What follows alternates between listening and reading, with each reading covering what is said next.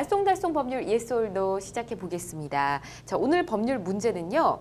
혼전 결혼 계약서 법적 효력 있을까입니다. 요즘 결혼 전에 계약서를 작성하는 예비 부부들이 늘어나고 있다고 하는데 특히 헐리우드 배우들 사이에서는 이 혼전 계약서를 썼다는 말들이 굉장히 많았습니다. 우리나라에서는 혼전에 쓴 혼전 계약서 법적 효력이 있을까요?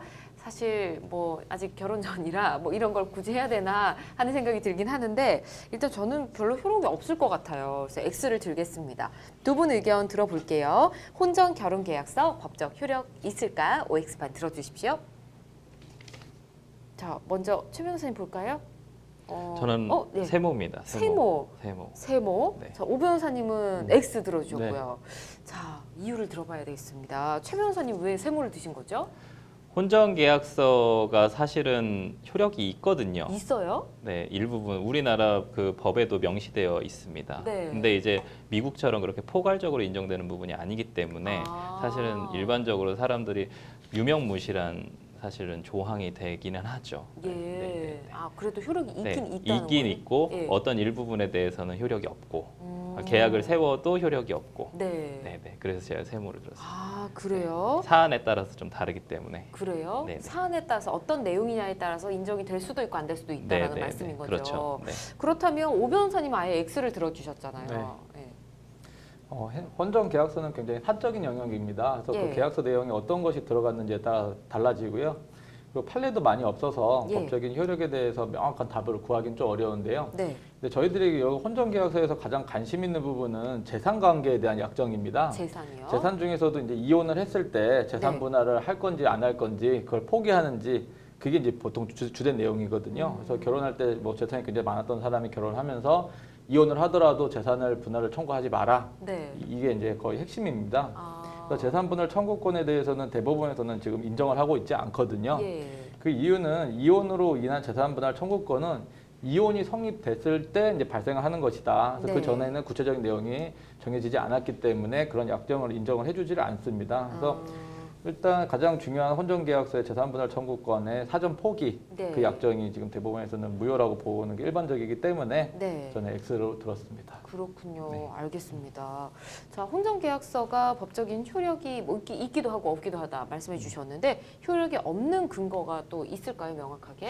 민법 829조는 혼전 계약이라고 하는 뭐 프리메리탈 컨트랙트하고 이제 미국에서는 얘기를 하는데요. 네. 그런 어떻게 뭐 직독을 하면 이제 사전 혼인하기 전에 맺는 계약이죠. 근데 우리나라 같은 경우는 829조에 부부 재산 계약이라고 명시가 되어 있습니다. 그래서 네. 부부 재산 계약에 대해서는 말 그대로 재산에 대해서만 이루어질 수가 있죠. 네. 그래서 뭐 일신전속권이나 예를 들어서 양육은 누가 하겠다거나 결혼을 하면은 시댁에 뭐 한 달에 몇 번 가야 된다거나 네. 이런 계약은 혼전 계약으로서 무효입니다. 아. 그래서 그런 부분들에 대한 내용을 계약을 하면 무효가 되기 때문에 안 예. 되는 거고 실제로 법이 허용하는 부부 재산 계약에 대해서는 뭐 결혼 전에 이룩한 재산을 내가 결혼을 하면 나중에 반절 나눠줄게 이런 계약은 됩니다. 이런 계약에 대해서는 할 수가 있고 우리가 결혼 전에 이룩한 재산에 대해서는 서로 건드리지 말자.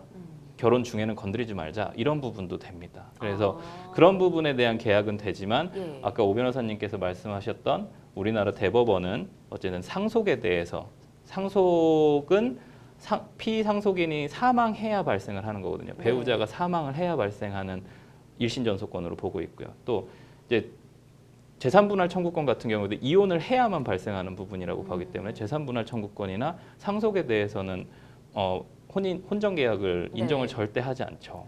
그런 부분에 대해서. 그래서 그렇군요. 우리들은 일반적으로 이제 브란젤리나 커플이나 이제 헐리우드에 있는 배우들 내용들을 네. 많이 보면서 우리나라도 혼전계약이 가능하지 않겠느냐라고 생각하시는 분들이 많이 계신데 네. 아주 극소수적으로 이제 법에서는 네. 아주 작은 부분만 인정을 하기 때문에 그런 부분 좀 참고하셔서 계약을 네. 하셨으면 좋겠고 꼭 공증을 받으셔야 됩니다. 아, 공증도 꼭 받아야 네, 된다. 네, 네. 거의 다 재산에 대한 내용인 것 같네요. 네네네. 재산의 아주 그쵸. 작은 부분만 재산의 네, 인정을 합니다. 일부분만. 네네. 네. 그리고 요즘 자산가들 사이에서 자녀 이혼 후에 뭐 생전에 중요한 재산이 사위나 며느리한테 넘어가는 것을 막으려고 혼전 계약서를 쓰는 경우도 있다고 하던데 앞서 오 변호사님도 이런 비슷한 내용을 좀 언급을 해주신 것 같습니다. 근데 이 각서 효력이 아예 있는 건지 없는 건지 어떻게 보십니까? 그러니까 굉장히 어려운 부분인데요. 예. 그래서 혼전 계약서는 가장 중요한 게 아까 말씀드린 데 재산에 관련된 것입니다. 그래서 돈을 주고 받고 나중에 뭐 누가 사망을 했거나 이혼을 할 당시에 어떻게 네. 되는지 가장 중요한데 아까 잠깐 말씀드린 대로 이혼이 지금 발생이 되기 전에는 사실관계가 굉장히 불명확합니다. 그래서 네. 그때 당시에 이제 계약을 맺은 거에 대해서는 저 대법원은 이제 이혼 전에 재산 분할 청구권 포기 등은 인정할 수 없다라고 보는 것입니다. 그렇지만 좀 의미도 좀 있는 부분이요. 근데 그 혼전 계약서의 재산 분할 대상에서 이제 제외를 해서 결혼 전에 특유 재산으로 명시하는 네. 효과가 있습니다. 그래서 이 특유 재산은 결혼하기 전에 내가 있었던 내 재산이라는 것을 명시하는 그 정도의 효과는 있습니다. 아, 그 네. 결혼 전에 특유 재산을 해놓으면 네네. 요거는 명백히 각각의 것이다. 뭐 이렇게 네네 분리를 맞습니다. 해놓는다는 이거는 거죠. 결혼한 다음에 발생된 것이 아니고 결혼 네. 전에 내가 갖고 왔던 재산으로 특정을 해놓는 정도의 효과는 있다고 봅니다. 알겠습니다. 자, 이렇게 알아두시면 될 것 같습니다.